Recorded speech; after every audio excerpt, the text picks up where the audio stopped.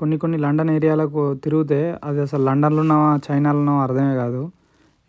ఇవి ఇలాంటి ఏరియాలే కాదు, ఇంకా కొన్ని ఏరియాలు కూడా ఉన్నాయి మన దగ్గర. హైదరాబాద్‌లో కోటి ఎట్లుంటదో అట్లనే ఉంటాయి అన్నట్టు. ఇదైతే చూడుర్రి మొత్తం చైనా, జపాను, కొరియా ఉంటాయి చూడు, అలాంటి కంట్రీలే ఉన్నట్టున్నాయి. లండన్‌లో ఉన్నట్టయితే అస్సలు అనిపియట్లేదు.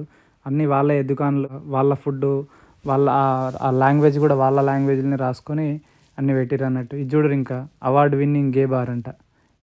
జనరల్‌గా చెప్తుంటారు కదా, లండను, యూకే అంటే పెద్ద పెద్ద బిల్డింగ్‌లు, అద్దాల మేడలు, అద్దాల రోడ్లు, లండన్ బ్రిడ్జ్ అంత టాప్ బిల్డింగ్స్, అంత టాప్ టెక్నాలజీ అనుకుంటా చెప్తుంటారు కదా.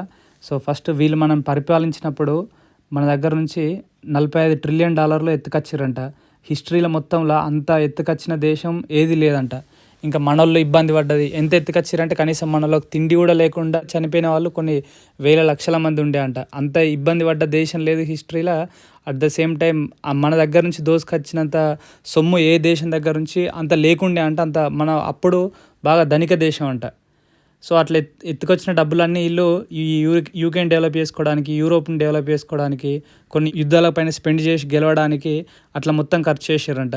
ఒక అంచనా ప్రకారం ఇప్పుడు మన దగ్గర నుంచి ఎత్తుకొచ్చిన సొమ్ము వీళ్ళు పే చేయాలనుకుంటే వీళ్ళ దగ్గర ఉన్న ఆస్తి అసలు దేనికి సరిపోదంట. ఇప్పుడున్న ప్రజెంట్ జీడిపి $3 ట్రిలియన్ యూకేది. మన దగ్గర నుంచి ఎత్తుకొచ్చిందేమో $45 ట్రిలియన్ కదా, వీళ్ళ జీడిపి ఏమో $3 ట్రిలియన్. అంతే 15 టైమ్స్ ఎక్కువ వీళ్ళ జీడిపి కన్నా మన దగ్గర నుంచి ఎత్తుకొచ్చింది. 1 ట్రిలియన్ అంటే ఒకటి పక్కన 2 సున్నాలు ఉంటే 100 అంటాం కదా, అట్లనే ఒకటి పక్కన 12 సున్నాలు ఉంటే 1 ట్రిలియన్ అన్నట్టు. తక్కువ అంచనా వేస్తేనే 45 ట్రిలియన్ల లెక్క వచ్చింది. జస్ట్ 40 ట్రిలియన్లని ఇండియన్ కరెన్సీ కన్వర్ట్ చేస్తే ఎంతనో అక్కడ స్క్రీన్ పైన కనబడుతుంది. అది ఎంతనో కూడా చదవత్తలేదు. ఏమన్నా హెల్ప్ చేయండి, మీకు ఏమైనా తెలిస్తే కామెంట్లలో రాసి చెప్పండి. మొత్తానికైతే ఇక్కడున్న పెద్ద పెద్ద కట్టడాలు, ఈ లండన్ ఇంత డెవలప్ అవ్వడానికి, లండన్ సిటీ ఇంత మెరవడానికి కారణం అదంతా మన డబ్బే అన్నట్టు. ఇంకొకటి మనోళ్ళే జనరల్గా ఏమంటారంటే, అసలు బ్రిటిష్ వాళ్ళు లేకపోతే భారతదేశానికి ఈ ట్రైన్ పట్టాలి ఇవన్నీ వచ్చినా అని అంటారు. కానీ ఫస్ట్ థింగ్ వాళ్ళ మెయిన్ మోటా వేయడానికి, అక్కడున్న సొమ్మును తరలించుకోవడానికి, అక్కడున్న అంత ఆస్తిని అంతా దొంగతనం చేయడానికి, ఫస్ట్ మనకేదో ఫేవర్ చేయడానికి అస్సలు కాదన్నట్టు.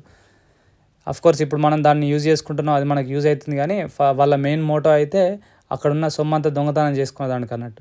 ఇంకొకటి దౌర్భాగ్యమైన సిచ్యువేషన్ ఏంటంటే, మౌంట్ బెటన్ గాడు ఇక భారతదేశానికి స్వాతంత్రం ఇస్తా అని చెప్పి కాంగ్రెస్ ప్రెసిడెంట్ అప్పుడున్న జవహర్లాల్ నెహ్రూని పిలిచి ఏదైనా డేట్ చూస్ చేసుకోర్రి, మేము స్వాతంత్రం ఇస్తామని చెప్తే ఈయన పోయి సర్దార్ వల్లభాయ్ పటేల్ గారితో ఇంకా కొందరితో కూర్చొని డిస్కషన్ చేస్తే వాళ్ళందరూ ఓకే అయ్యారంట. ఏదో మంత్లో ఒక డేట్ మనకు మంచిది కదా, మనం మంచిగా భావిస్తాం కదా, సో ఈరోజు డిక్లేర్ చేయమని చెప్తే మనోడు దానికి అగ్రి కాక ఆయన దగ్గర మౌంట్ బెటన్ దగ్గరికి పోయి మేము ఏ డేట్ చూస్ చేసుకోలేకపోతున్నాం, నువ్వే ఏదైనా డేట్ చెప్పు అని అంటే వాడు బాగా ఆలోచించి ఆగస్ట్ 15 రోజు ఇండిపెండెన్స్ డే ఇస్తాం ఇండియాకి అని చెప్పిండంట. ఆగస్ట్ 15 ఎందుకు అంటే 1945 ఆగస్ట్ 15న జపాన్ సరెండర్ అయిందన్నట్టు బ్రిటన్కి. అంటే మేము ఓడిపోయినాం రెండో ప్రపంచ యుద్ధంలో అని చెప్పి ఓడిపోయినందుకు ఇక్కడ వీళ్ళు కూడా ఓడిపోయారు కదా అన్నట్టు వాడు గర్జుతోటి ఆగస్ట్ 15న ఇండిపెండెన్స్ డేగా ప్రకటించిండు.